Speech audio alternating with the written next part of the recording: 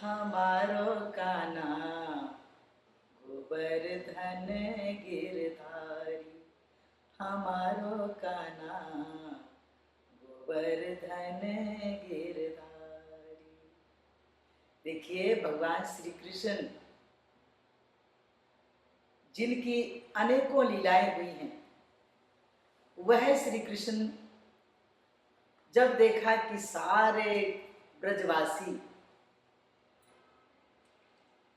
इंद्र देवता की पूजा करते हैं, तो श्री कृष्ण भगवान ने सबको कहा कि इंद्र की पूजा न करके हम गोवर्धन पर्वत की पूजा क्यों नहीं करते। गोवर्धन पर्वत से हमको लकड़ियां मिलती हैं, जड़ी बूटी मिलती है, गाय घास चरती है, मिट्टी मिलता है, सब कुछ तो हमें गोवर्धन पर्वत देता है। तो सब लोगों ने भगवान की बात को मान लिया, उस बाल गोपाल की बात को मान लिया और सबने गोवर्धन पर्वत की पूजा की। अब देखा इंद्र देवता कुपित हो गए और कुपित होकर के उन्होंने इतनी बारिश की कि जिसका कोई जवाब नहीं। भगवान कृष्ण कहते हैं कि चलो सब मेरे साथ चलो, जिसकी पूजा की है वही रक्षा करेंगे। और भगवान कृष्ण ने अपनी छोटी अंगुली लगाई और सारे गोपी ग्वालों से कहा कि तुम अपने डंडे लगाओ। अब सबने डंडे लगाए, है ना।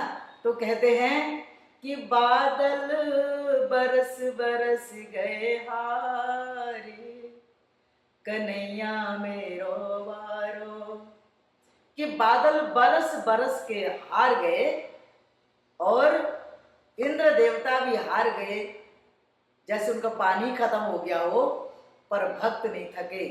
भगवान ने अपनी उंगली लगाई, सबने अपनी लाठी लगाई और उसके बाद मैया यशोदा कहती है, नक जोर लगाओ भैया, लाला की नरम कलैया। कि सब लोग जोर लगाओ, सब शक्ति लगाओ, मेरे लाला की तो छोटी छोटी कलाई है, वो इतने बड़े गोवर्धन पर्वत को कैसे उठा सकता है। और भी सबके मन में आया कि ये गोवर्धन पर्वत तो हमने उठा के रखा है, श्री कृष्ण ने तो अपनी छोटी सी अंगुली लगाई है। तो भगवान सबकी मन की बात को जान गए और भगवान ने क्या किया, अपनी जो अंगुली थी वो खींच ली। जब अपनी अंगुली खींच ली तो सारे के सारे दबने लगे, कन्हैया बचाओ बचाओ। तो भगवान ने कहा, तुम तो सोच रहे थे कि हमने उठा के रखा है गोवर्धन पर्वत को, अब उठाओ तुम। तो उन्होंने कहा, नहीं प्रभु, ये हमारा अहंकार था, आपने उठा रखा था, हमने तो खाली सहारा ले लगा रखा था। ठीक इसी प्रकार से सब कुछ करने वाले तो प्रभु होते हैं, लेकिन हम जीवों को अहंकार आ जाता है ना। इसी प्रकार से भगवान कृष्ण ने सारे द्वारकावास, सारे गोकुलवासियों की रक्षा की, सबको बचाया, उनका बाल बांका भी नहीं होने दिया। ठीक इसी प्रकार से हम अगर प्रभु की शरणागत हो गए हैं, उनके चरणों में अपने जीवन को समर्पित कर दिया है, तो पूरा विश्वास रखना चाहिए। अनेकों बाल लीलाएं की भगवान ने, और आज देखो गोवर्धन की लोग पूजा करते हैं।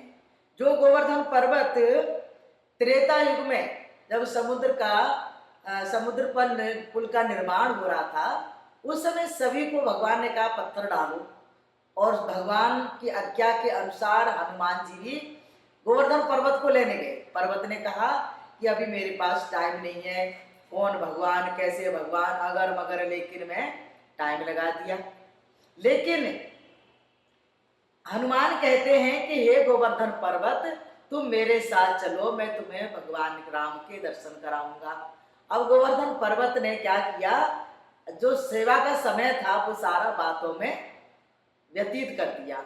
और जब पर्वत को लेकर के गए तो रास्ते में भगवान का संदेश आ गया प्रभु राम का कि गोवर्धन पर्वत को वापस कर दो, क्योंकि अब हमारा सेवा का कार्य पूरा हो गया है।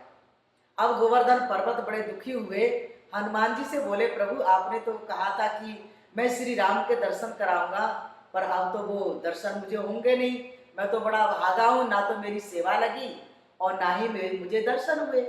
तो हनुमान जी ने कहा कि प्रभु मेरा तो वचन था गोवर्धन पर्वत को अब क्या किया जाए। तो भगवान ने कहा कि जाओ, आने वाले द्वापर युग में मैं उनको दर्शन भी दूंगा और उनको सेवा भी दूंगा।